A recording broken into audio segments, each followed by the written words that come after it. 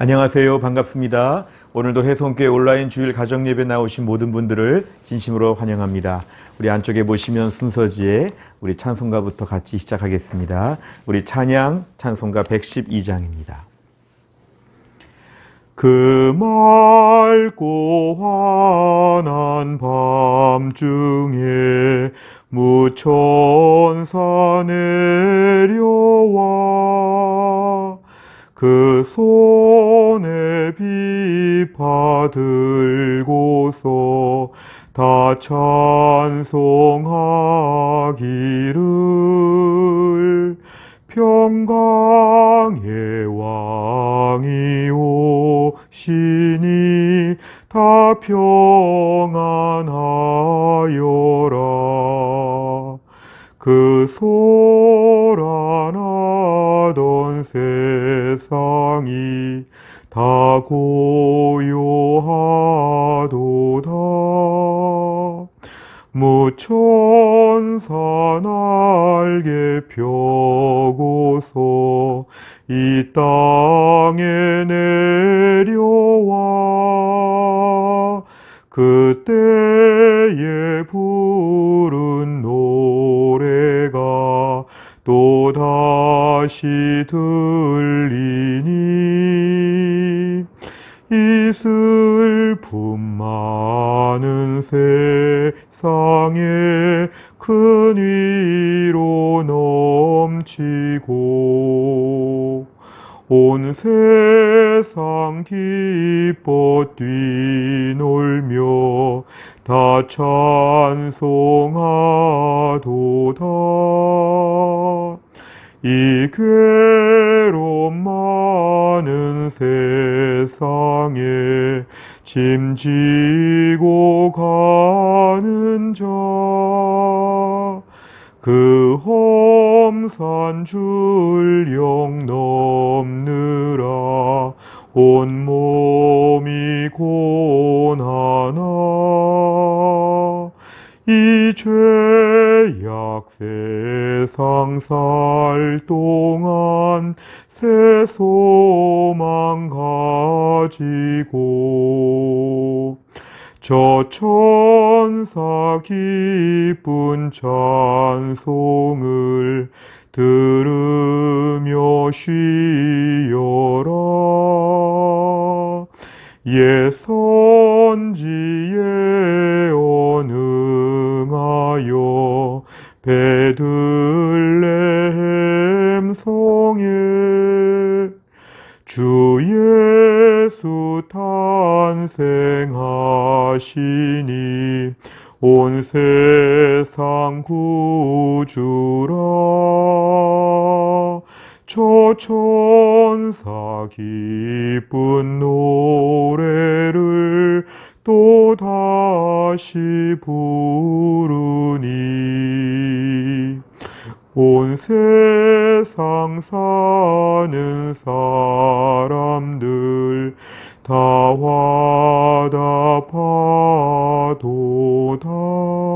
화답하도다. 아멘.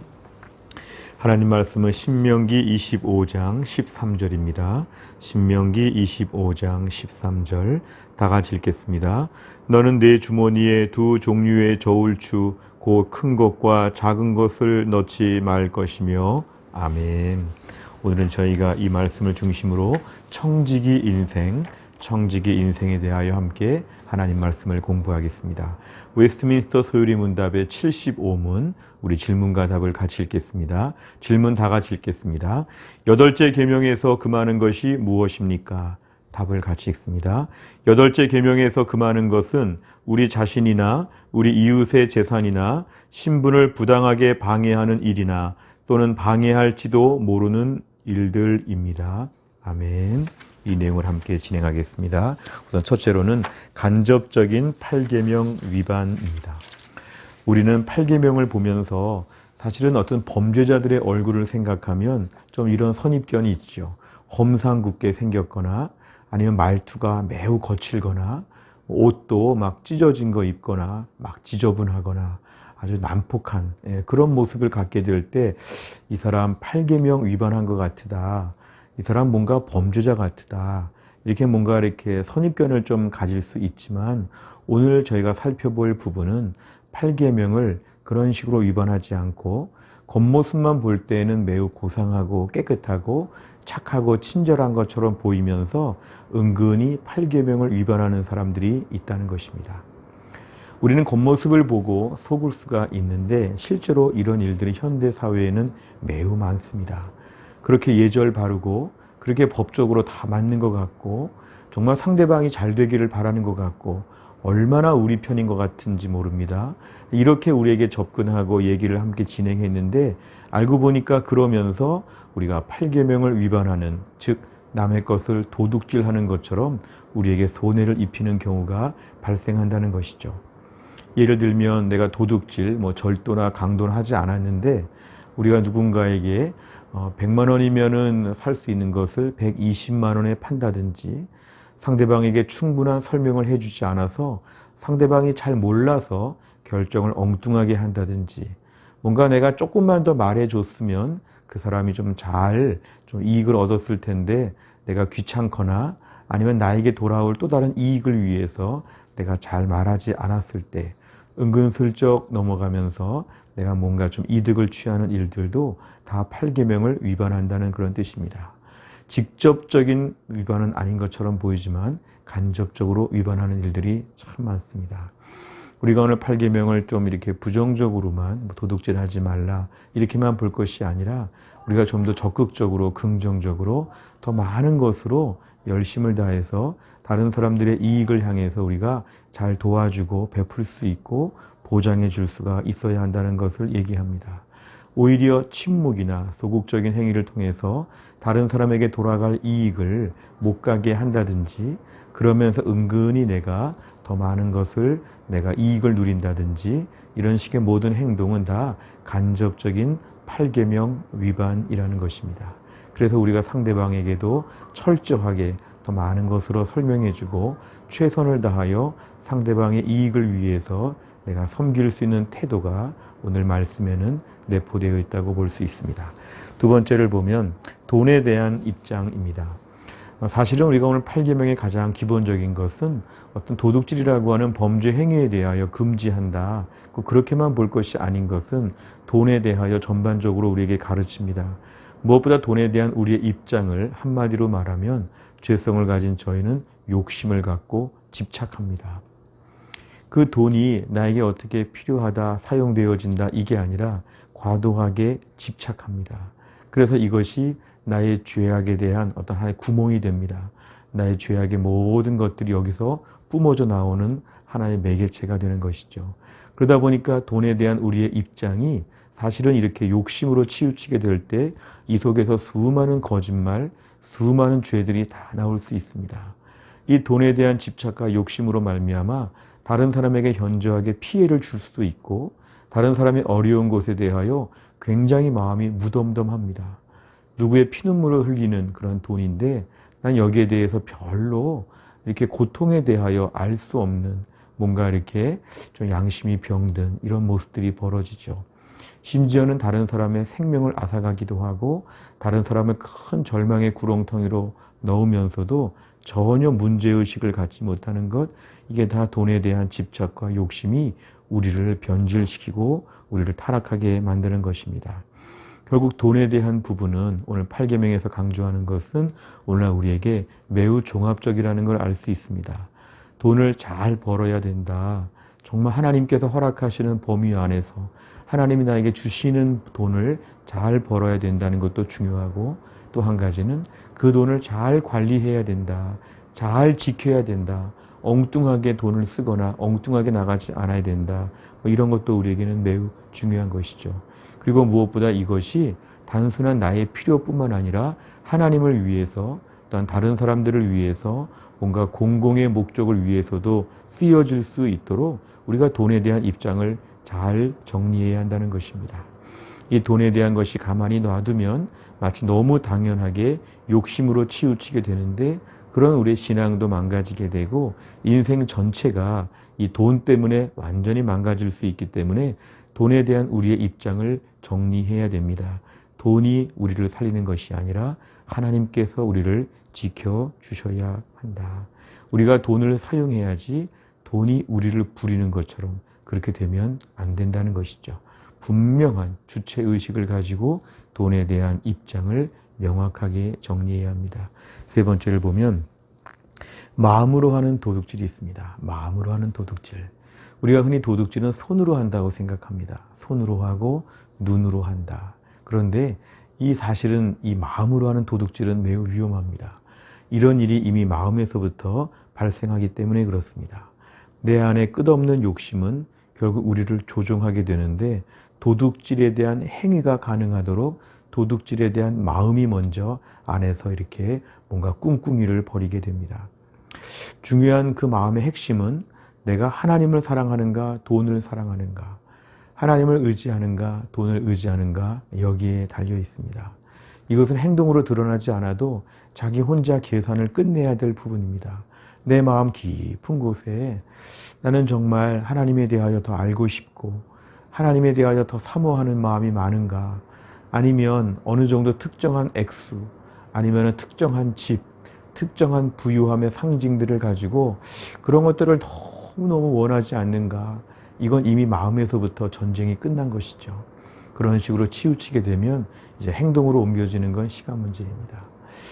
힘들고 어려운 때를 저희가 살면서 누가 나를 지켜주는가, 무조건 돈이 많아야 된다, 이렇게 생각하면 돈을 최대한 많이 모아야 됩니다. 그런데 돈이 아니라 하나님이 나를 지켜주신다 이렇게 생각하게 되면 사실은 하나님에 대하여 더 집중하게 되죠. 예배하고 순종하고 헌금을 드리고 하나님 앞에 철저하게 살려고 애쓰죠. 왜냐하면 하나님을 의지하는 사람은 하나님을 의지하는 표가 나타납니다. 돈을 의지하는 사람은 돈을 의지한다는 표가 너무 나타납니다. 이것은 우리가 흔히 육안으로 봐도 알 수 있을 정도죠.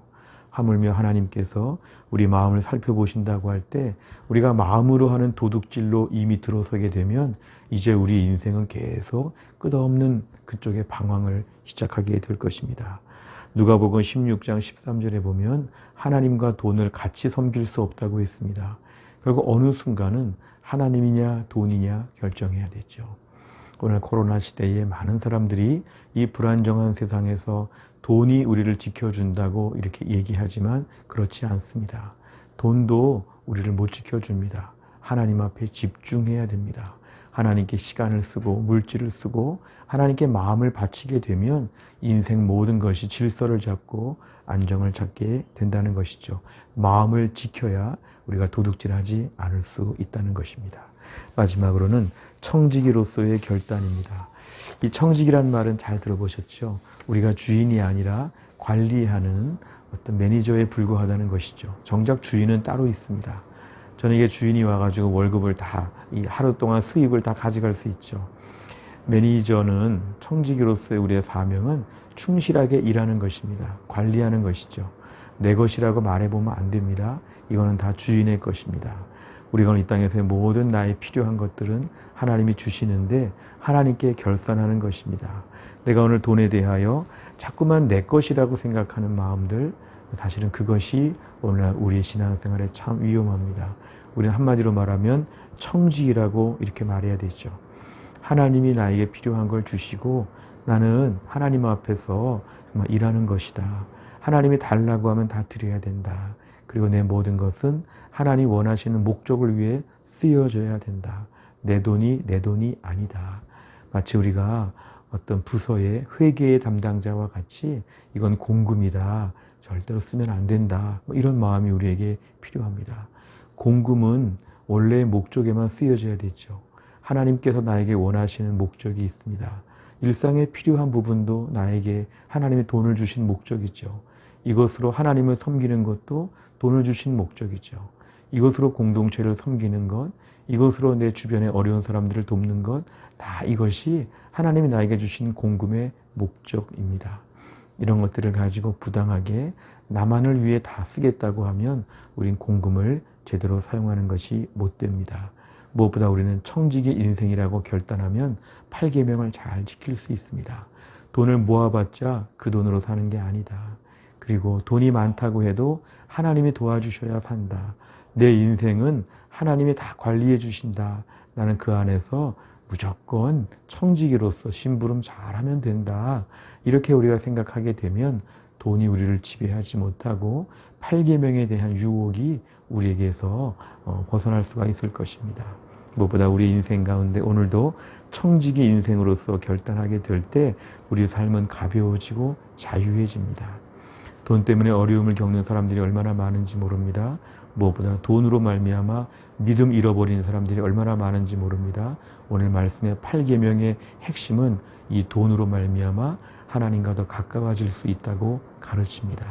이 돈에 대한 모든 것을 가지고 오히려 더 하나님을 의지하고 하나님과 가까워지고 하늘의 특별한 축복으로 사는 귀한 은총 다 우리에게 받을 수 있기를 간절히 원합니다. 기도하겠습니다. 하나님 아버지 감사합니다. 오늘도 우리에게 귀한 말씀을 주신 것 감사합니다.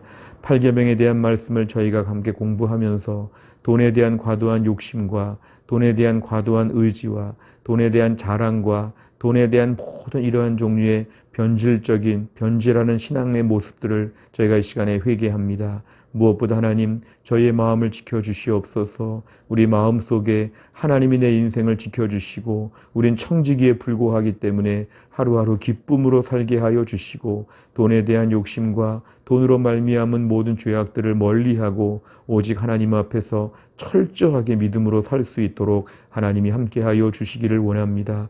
부당한 이익을 취하지 않으며 남들에게 돌아갈 것들을 가로채지 않으며 적극적으로 남들의 재산을 보호해주며 남들에게 돌아갈 것들을 잘 그들이 받을 수 있도록 우리의 모든 직장생활, 가정생활, 우리 모든 이웃과의 관계에 있어서 더 정직하고 진실하게 하여 주시고 하나님이 주시는 돈으로 내 일상을 살아갈 수 있도록 축복하여 주옵소서. 하나님 감사드리며 예수님의 이름으로 기도하옵나이다. 아멘. 오늘 제가 1번부터 4번까지를 진행했습니다.